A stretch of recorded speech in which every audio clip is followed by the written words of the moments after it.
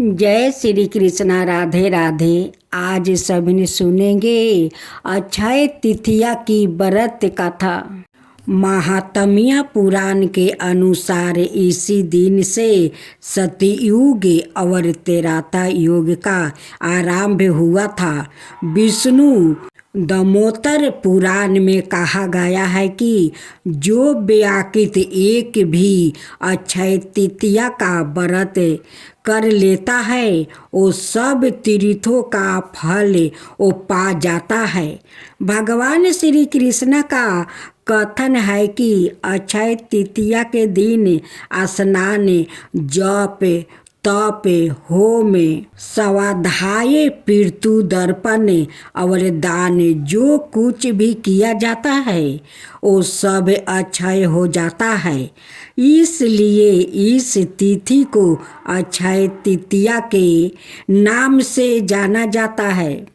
भविष्य पुराण में कहा गया है कि जो व्याकृत इस दिन जल से भरा कलश, पंखा, खराऊ, जूता, छाता, गऊ, भूमि, सोना, गंधोतक, तिल, अन्न, सतु आदि भगवान की प्यारी वस्तु ब्राह्मणों को दान करता है उससे बहुत पुण्य मिलता है और वो स्वर्ग लोक को प्राप्ति करता है।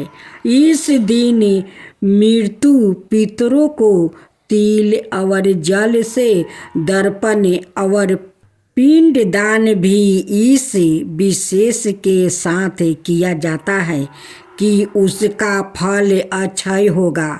शास्त्रों के अनुसार बहुत से शुभ ओ पूजनीय कार्य इसी दिन आरंभ किए जाते हैं जिनसे सुख, समृद्धि और सफलता की प्राप्ति होती है।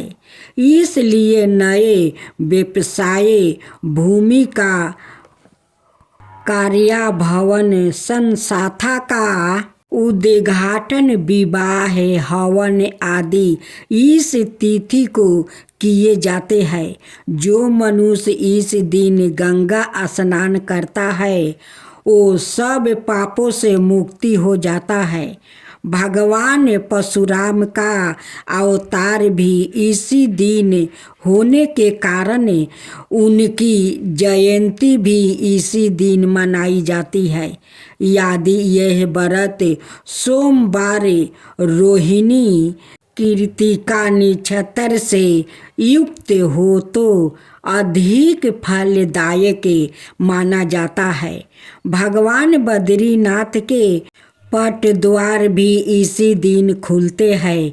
शिव पुराण के अनुसार अक्षय तृतीया के दिन अलसाए त्याग कर जो कोई व्याकृत इस जगदम्बा के व्रत को करता है और मालती, मल्लिका, जावा, चंपा और कमल के कुसुमों से शिव सहित भगवती पार्वती की अर्चना करता है वो मनुष्य करोड़ों जन्म के लिए हुए मन, वचन और शरीर के महापापों को नष्ट करे।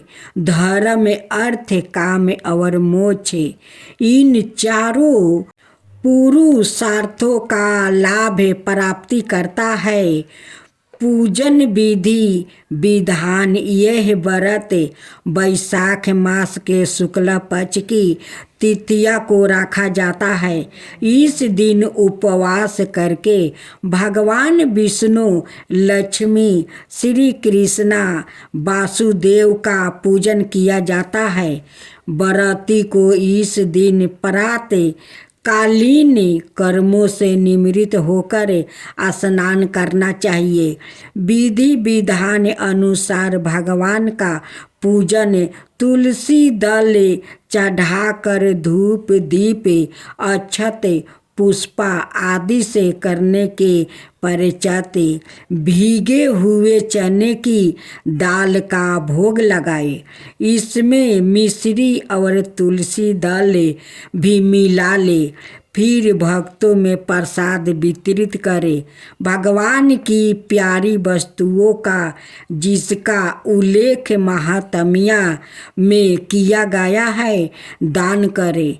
इस दिन जौ के दान का विशेष महात्म्य बताया गया है, क्योंकि सभी धनों का राजा जौ को माना जाता है। व्रत के दिन चीनी या गुड़ के साथ सातु के दान और सेवन का भी विधान है। इस व्रत की गाथा का वर्णन भविष्य पुराण में नियम प्रकार है। प्राचीन काल में किसी नगर में महदय नाम का एक बनिया वेश्या रहता था, जो सत्यवादी देव और ब्राह्मणों का पूजक और सदाचारी था। वो पराये, दुखी और चिंतित रहा करता था, क्योंकि उसका परिवार बहुत बड़ा था और आमदनी कम थी। एक दिन उसने रोहिणी नक्षत्र में वैशाख शुक्ला तिथिया का महात्म्य सुना कि इस तिथि को जो कुछ भी दान किया जाता है उसका फल अक्षय होता है। यह जानकर उसने गंगा स्नान किया और पितृ और देवताओं का दर्पण किया। फिर घर आकर देवी देवताओं का विधि पूर्वक पूजा किया। ब्राह्मणों को दान दक्षिणा के रूप में जौ, गेहूँ, सातु, दूध, दही, गुड़, घारा, पंखा, सोना शक्ति अनुसार शुद्ध मन से प्रदान किया।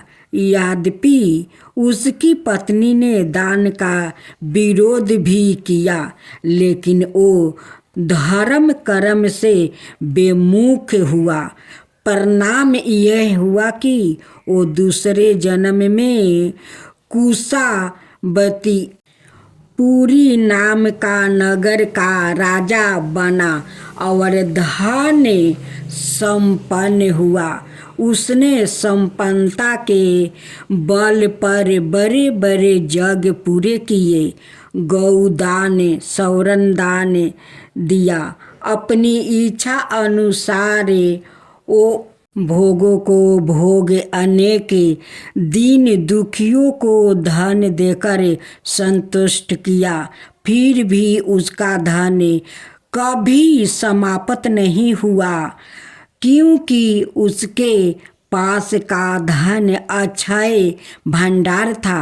अक्षय तिथिया को श्रद्धा पूर्वक दान का ही यह सब फल था। इसलिए हिंदुओं में इस व्रत का बड़ा महात्म्य है। अब आप सुनेंगे विष्णु भगवान की कहानी। गरुड़ और विष्णु की पौराणिक कथा। ऋषि कश्यप की कई पत्नियां थीं, जिनमें से 2 मीनता और करधु थी। यह दोनों ही बहनें थीं जो एक दूसरे से ईर्ष्या रखती थी। दोनों के पुत्र नहीं थे, तो पति कश्यप ने दोनों को पुत्र के लिए एक वरदान दे दिया। मीनता ने 2 बलशाली पुत्र मांगे, जबकि कंधु ने 1000 सर्प पुत्र रूप में मांगे, जो कि अंडे के रूप में जन्म लेने वाले थे। सर्प होने के कारण कंधु के 1000 बेटे अंडे से उत्पन्न हुआ और अपनी माँ के कहे अनुसार काम करने लगा। दोनों बहनों में शर्त लग गई थी कि जिसके पुत्र बलशाली होंगे, हराने वाले को उसकी दस्ता शिकार करनी होगी। इधर सर्प ने जो जन्म ले लिया था, लेकिन मीनता के अंडों से अभी कोई पुत्र नहीं निकला।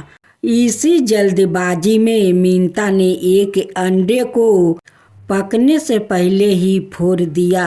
अंडे से अर्धे विकसित बच्चा निकला, जिसका ऊपर का शरीर तो इंसानों जैसा था, लेकिन नीचे का शरीर अर्धपक था। इसका नाम अरुण था। अरुण ने अपनी माँ से कहा कि पिता के कहने के बाद भी आपने धैर्य खो दिया और मेरे शरीर का विस्तार नहीं होने दिया। इसलिए मैं आपको श्राप देता हूँ कि आपको अपना जीवन एक सेवक के तौर पर बिताना होगा। अगर दूसरे अंडे में से निकला उनका पुत्र उन्हें इस श्राप से मुक्ति ना करवा सका तो वो आजीवन दासी बनकर रहेगी। भय से मीनता ने दूसरा अंडा नहीं फोड़ी और पुत्र के श्राप देने के कारण शर्त हार गई और अपनी छोटी बहन की दासी बनकर रहने लगी। बहुत लंबे काल के बाद दूसरा अंडा फूटा और उसमें से विशाल काया गरुड़ निकला, जिसका मुख पंछी की तरह और बाकी शरीर इंसानों की तरह था। हालांकि उनकी पसलियों से जोड़े उनके विशाल काया पंछी भी थे।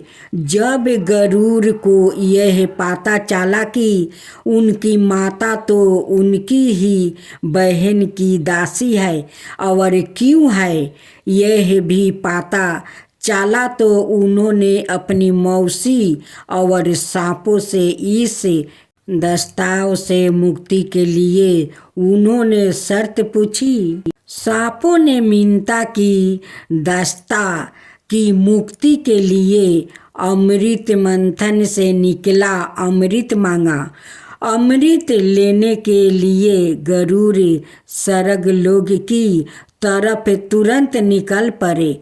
देवताओं ने अमृत की सुरक्षा के लिए 3 चरणों की सुरक्षा करवा रखी थी।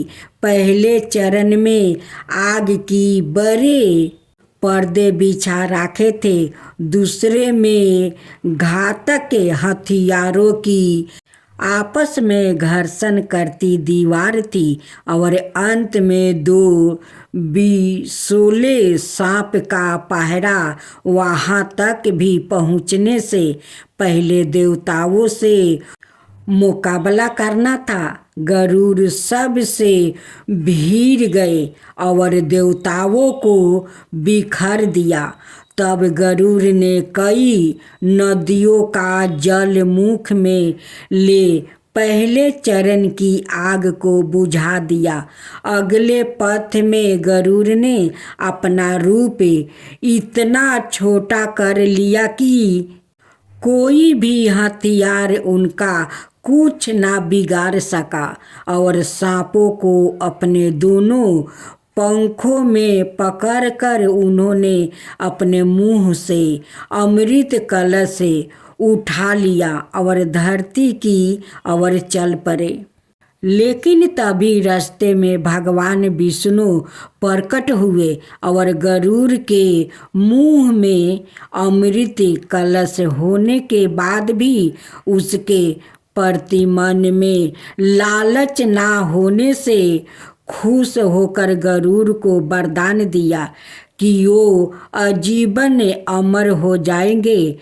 तब गरुड़ ने भी भगवान को एक वरदान मांगने के लिए बोला, तो भगवान ने उन्हें अपनी सवारी बनाने का वरदान मांगा।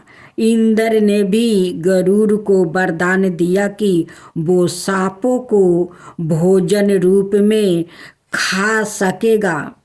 इस पर गरुड़ ने भी अमृत सकुशल वापसी का वादा किया।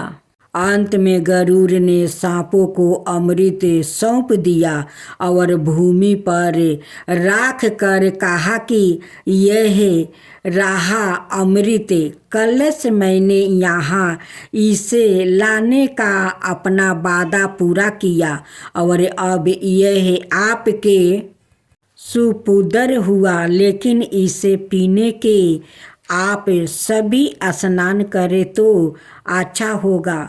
जब वो सभी सर्प स्नान करने गए तभी वहाँ अचानक से भगवान इंद्र पहुँचे और अमृत कलश को वापस ले गया, लेकिन कुछ बूंदे भूमि पर गिर गई जो घास पर ठहर गई।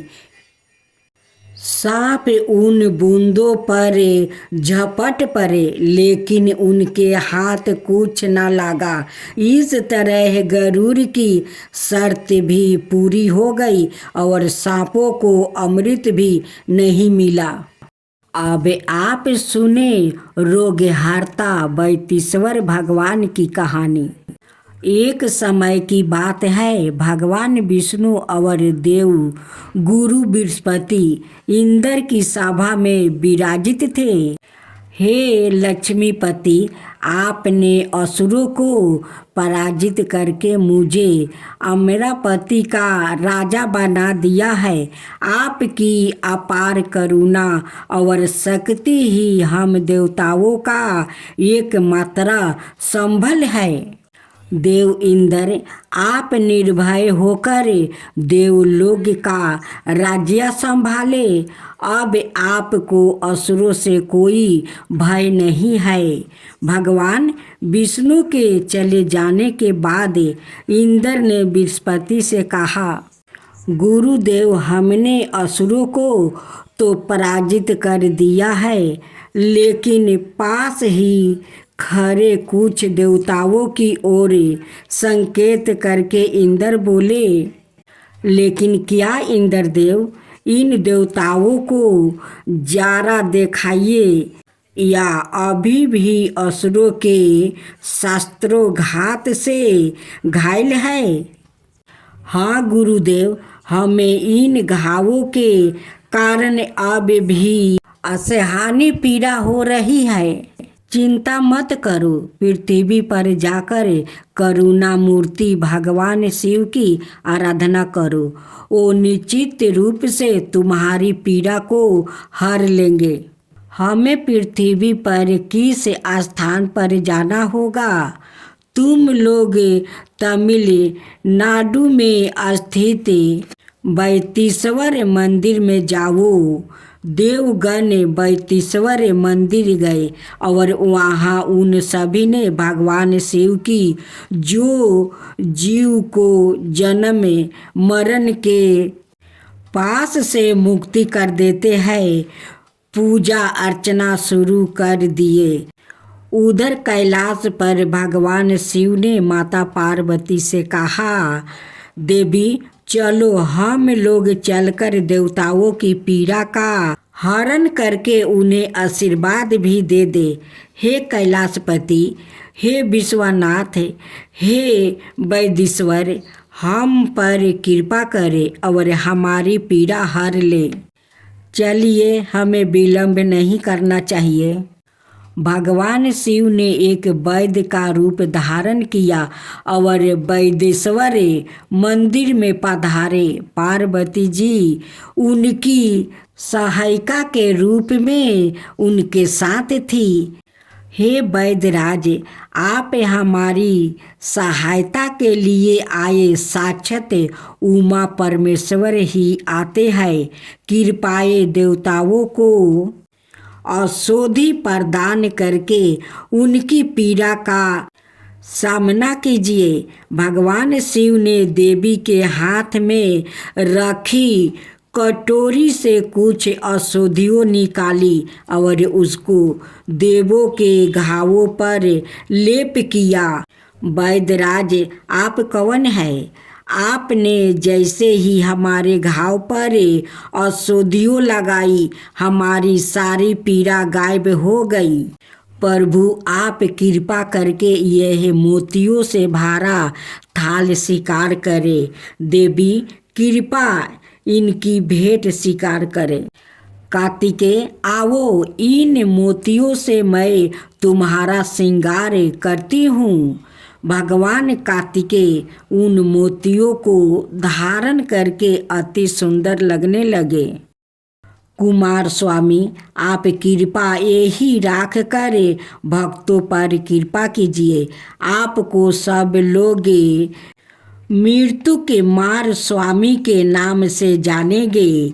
आज से इस तीर्थ की मिट्टी जिसने देवताओं के घाव पर गाया, भक्तों को प्रसाद के रूप में दी जाएगी। यह प्रसाद रोगहर्ता के रूप में विख्यात है। तत्पश्चात माँ पार्वती और भगवान शंकर नंदी पर आरूढ़ होकर कैलाश को चल दिया।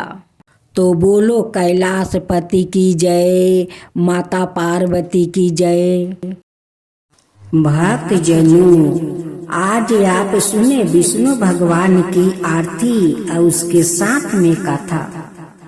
ओम जय जगदीश हरे, स्वामी जय जगदीश हरे। भक्तों जन के संकट क्षण में दूर करे। ओम जय जगदीश हरे। जो धावे फल पावे, दुख विनाश मन का।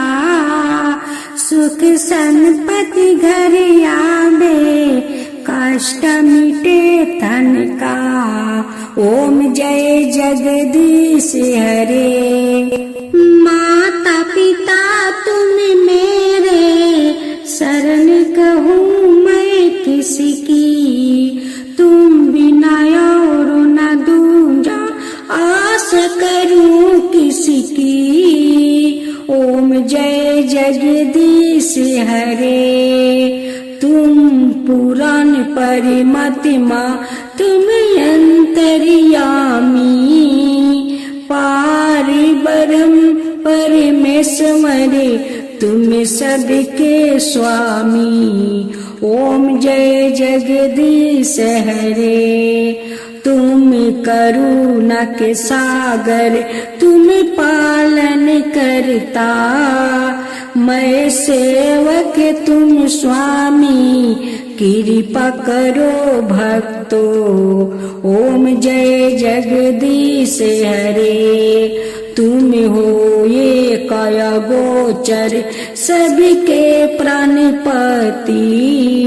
किसी विधि मिलू दयामा, तुमको मैं कुमति। ओम जय जगदीश हरे। दीन बंधु दुखी हरता, तुम रक्षक मेरे। अपने हाथ उठाओ, द्वार पार तेरे। ओम जय जगदीश हरे। विषय विकार मिटाओ, पाप हरो देवा। श्रद्धा भक्ति बढ़ाओ, संतन की सेवा। ओम जय जगदीश हरे। श्री जगदीश जी की आरती जो कोई नर गावे। कहत शिवानंद स्वामी, सुख संपत्ति पावे। ओम जय जगदीश हरे। स्वामी जय जगदीश हरे। स्वामी जय जगदीश हरे।